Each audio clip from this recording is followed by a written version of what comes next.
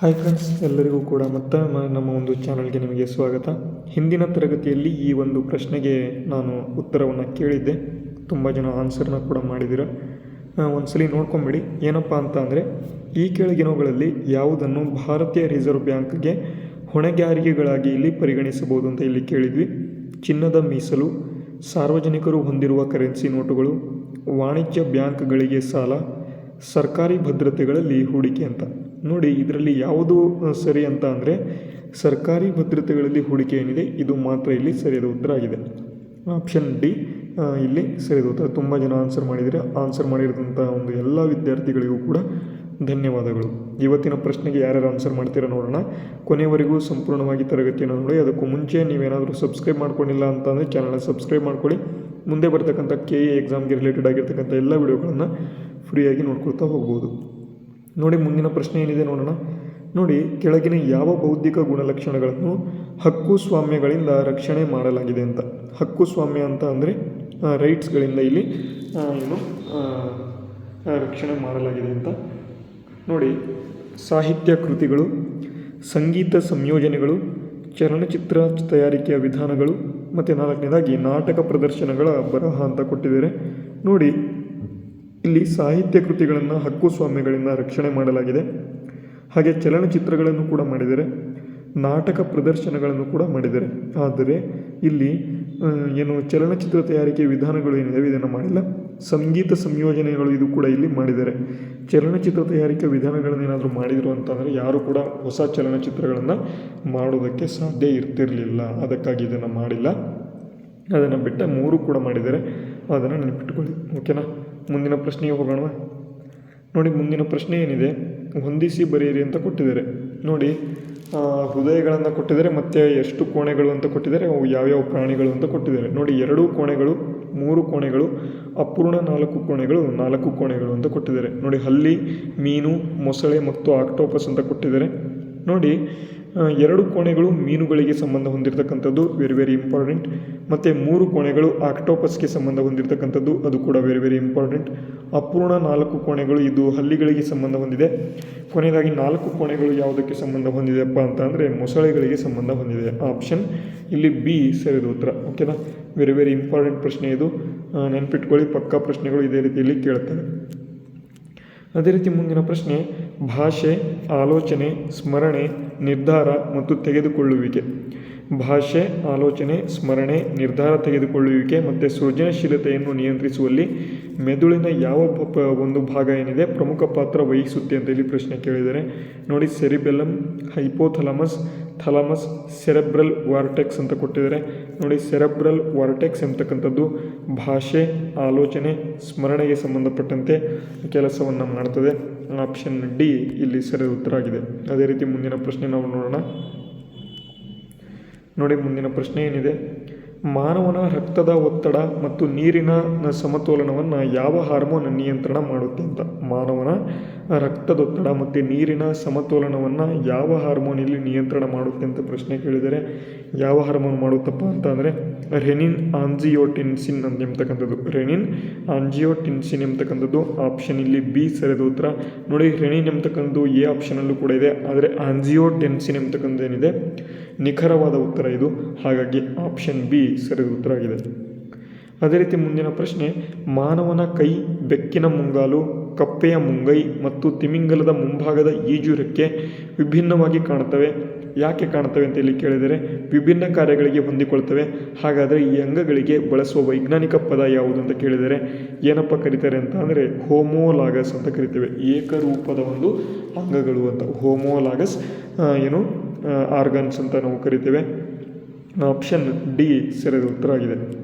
ಅದೇ ರೀತಿ ಮುಂದಿನ ಪ್ರಶ್ನೆ, ಕೆಳಗಿನ ಯಾವ ಸಮುದ್ರವು ಪೆಸಿಫಿಕ್ ಸಾಗರದ ಭಾಗವಾಗಿಲ್ಲ ಅಂತ ಕೊಟ್ಟಿದ್ದಾರೆ. ನೋಡಿ, ಯಾವ ಸಮುದ್ರವು ಪೆಸಿಫಿಕ್ ಸಾಗರದ ಭಾಗವಾಗಿಲ್ಲ ಅಂತ. ನೋಡಿ, ಸುಲು ಸಮುದ್ರ, ಅರಫುರಾ ಸಮುದ್ರ, ಕರಾ ಸಮುದ್ರ, ಲ್ಯಾಪ್ಟೇವ್ ಸಮುದ್ರ ಅಂತ ಕೊಟ್ಟಿದ್ದಾರೆ.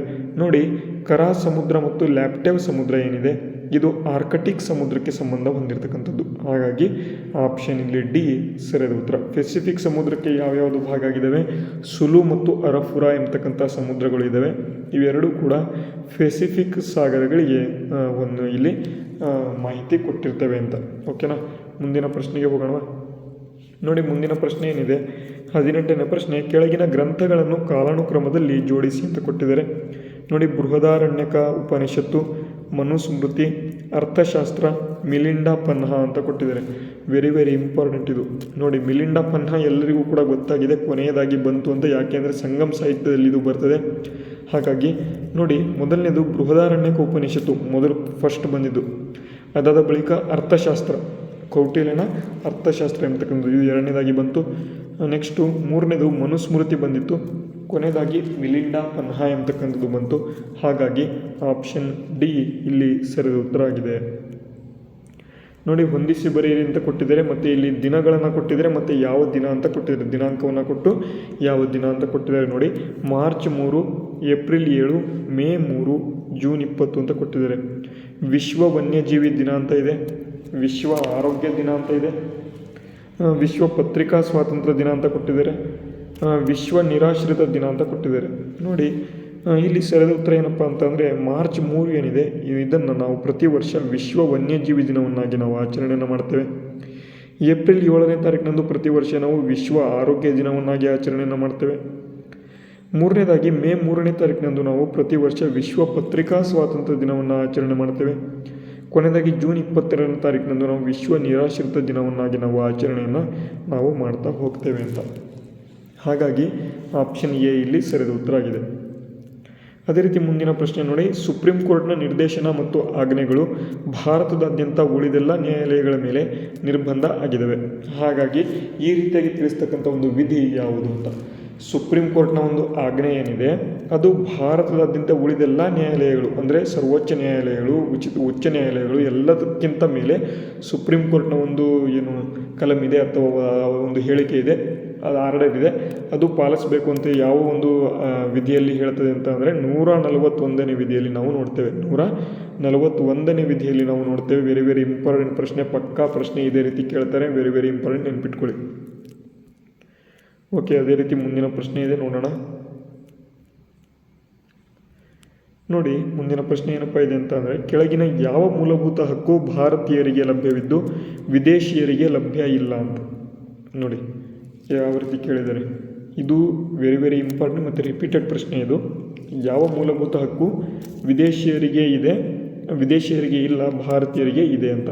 ನೋಡಿ, ಕಾನೂನಿನ ಮುಂದೆ ಎಲ್ಲ ಸಮಾನರು ಎಂಬತಕ್ಕಂಥದ್ದು. ನೋಡಿ, ಇದನ್ನೇ ಏನಾದರೂ ನಾವು ಈ ರೀತಿಯಾಗಿ ಏನು ಭಾರತೀಯರಿಗೆ ಲಭ್ಯ ಇದ್ದು ವಿದೇಶಿಯರಿಗೆ ಲಭ್ಯ ಇಲ್ಲ ಅಂತಂದರೆ, ವಿದೇಶಿಯರು ಏನು ನಮ್ಮ ಒಂದು ಇಂಡಿಯಾಗೆ ಬರ್ತಾರೆ ಎಲ್ಲರನ್ನೂ ಕೂಡ ನಾವು ಸಾಯಿಸ್ಬಿಡ್ಬೋದು. ಅದಕ್ಕಾಗಿ ಇದನ್ನು ಇಟ್ಟಿದ್ದಾರೆ. ಅವರಿಗೂ ಕೂಡ ಈ ಒಂದು ಕಾನೂನಿದೆ, ಅದು ಬರ್ತದೆ. ಓಕೆನಾ, ಆರ್ಟಿಕಲ್ 14 ಬಂದಿದೆ. ನೋಡಿ, ಮೂರನೇದು ಜೀವ ಮತ್ತು ವೈಯಕ್ತಿಕ ಸ್ವಾತಂತ್ರ್ಯದ ಹಕ್ಕು. ನೋಡಿ, ಇದನ್ನು ಕೂಡ ಕೊಟ್ಟಿದ್ವಿ ಅಂತ ನಾನು ಈಗಾಗಲೇ ಹೇಳಿದೆ, ಸಾಯಿಸ್ಬಿಡ್ಬೋದು ಅಂತ. ಓಕೆ, ಅದಕ್ಕಾಗಿ ಇದು ಕೂಡ ಇದೆ.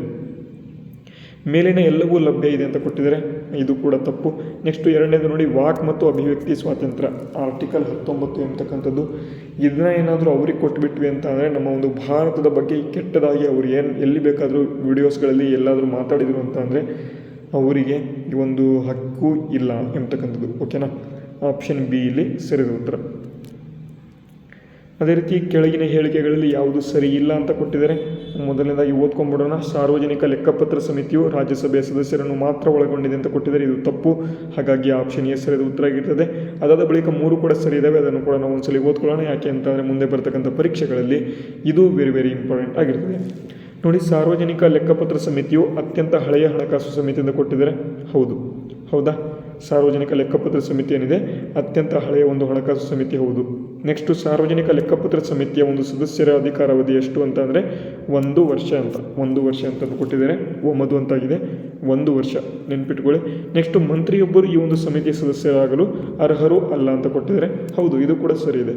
ಹಾಗಾಗಿ ಆಪ್ಷನ್ ಇಲ್ಲಿ ಎ ಏನಿದೆ ಇದು ಸರಿ ಇಲ್ಲ. ಹಾಗಾಗಿ ಆಪ್ಷನ್ ಎ ಸರಿಯಾದ ಉತ್ತರ ಆಗಿದೆ. ಓಕೆನಾ, ಇವತ್ತಿನ ಒಂದು ಪ್ರಶ್ನೆ ನೋಡಿ, ರಾಣಾ ಸಿಂಗ, ಮಹಾರಾಣಾ ಪ್ರತಾಪ, ರಾವಚಂದ್ರ ಸೇನ್, ರಾಜ ಮಾನ್ ಸಿಂಗ್ ಅಂತ ಕೊಟ್ಟಿದ್ದಾರೆ. ಯುದ್ಧಗಳನ್ನು ಕೊಟ್ಟಿದ್ದಾರೆ, ಯಾರ್ಯಾರು ಯುದ್ಧಗಳನ್ನು ಮಾಡಿದರು ಅಂತ ನೋಡಿ, ನೆನ್ಪಿಟ್ಕೊಳ್ಳಿ. ರಾಣಾ ಸಿಂಗ ಏನಿದ್ದಾರೆ ಅವರು ಕಣ್ವ ಯುದ್ಧವನ್ನು ಮಾಡ್ತಾರೆ 1540ರಲ್ಲಿ. ಮಹಾರಾಣಾ ಪ್ರತಾಪ ಇವರು ಏನಪ್ಪ ಮಾಡ್ತಾರೆ ಅಂತ ಅಂದರೆ ಹಳದಿ ಘಾಟ್ ಕದನವನ್ನು ನಾವು ಮಹಾರಾಣಾ ಪ್ರತಾಪ ಅವರಿಗೆ ನೋಡ್ತೇವೆ. ರಾಮಚಂದ್ರ ಸೇನ್ ಎಂಬತಕ್ಕಂಥವರು ಅಕ್ಬರನೊಡನೆ ಹೋರಾಟವನ್ನು ಮಾಡ್ತಾನೆ. ರಾಜ ಮಾನಸಿಂಗ್ ಎಂಬತಕ್ಕಂಥವನು ಒಡಿಶಾವನ್ನು ಇಲ್ಲಿ ವಶಪಡಿಸ್ಕೊಳ್ತಾನೆ ಅಂತಕ್ಕಂಥದ್ದು. ಓಕೆನಾ, ಇದು ಕೂಡ ಅರ್ಥ ಆಯ್ತಾ? ಆಪ್ಷನ್ ಎ ಇಲ್ಲಿ ಸರಿಯಾದ ಉತ್ತರ. ಕಂಪ್ಯೂಟರ್ಗೆ ಸಂಬಂಧಪಟ್ಟಂತೆ ಪ್ರಶ್ನೆ ಇದೆ, ಆನ್ಸರ್ ಮಾಡಬೇಕು. ಕಂಪ್ಯೂಟರ್ನಲ್ಲಿ ಅತಿ ವೇಗದ ಸ್ಮರಣೆ ಯಾವುದು ಅಂತ ಕೇಳಿದರೆ ಎಲ್ಲರೂ ಕೂಡ ನೀವು ಆನ್ಸರ್ನ ಕಮೆಂಟ್ ಬಾಕ್ಸ್ ಮೂಲಕ ಆನ್ಸರ್ ಮಾಡಿ. ವಿಡಿಯೋ ಇಷ್ಟ ಆಗಿದ್ದರೆ ವಿಡಿಯೋಗೆ ಲೈಕ್ ಮಾಡಿ, ಶೇರ್ ಮಾಡಿ. ಸಬ್ಸ್ಕ್ರೈಬ್ ಯಾರು ಮಾಡ್ಕೊಂಡಿಲ್ಲ ಸಬ್ಸ್ಕ್ರೈಬ್ ಕೂಡ ಮಾಡ್ಕೊಳ್ಳಿ. ಮುಂದೆ ಬರ್ತಕ್ಕಂಥ ವಿಡಿಯೋಗಳು ಯೂಸ್ಫುಲ್ ಆಗ್ತವೆ, ಎಲ್ಲರೂ ಕೂಡ ಸಬ್ಸ್ಕ್ರೈಬ್ ಮಾಡ್ಕೊಂಡು ಹೋಗಿ ಅಂತ ಹೇಳ್ತಾ ವಿಡಿಯೋನ ಮುಗಿಸ್ತೇನೆ. ಜೈ ಹಿಂದ್, ವಂದೇ ಮಾತರಂ.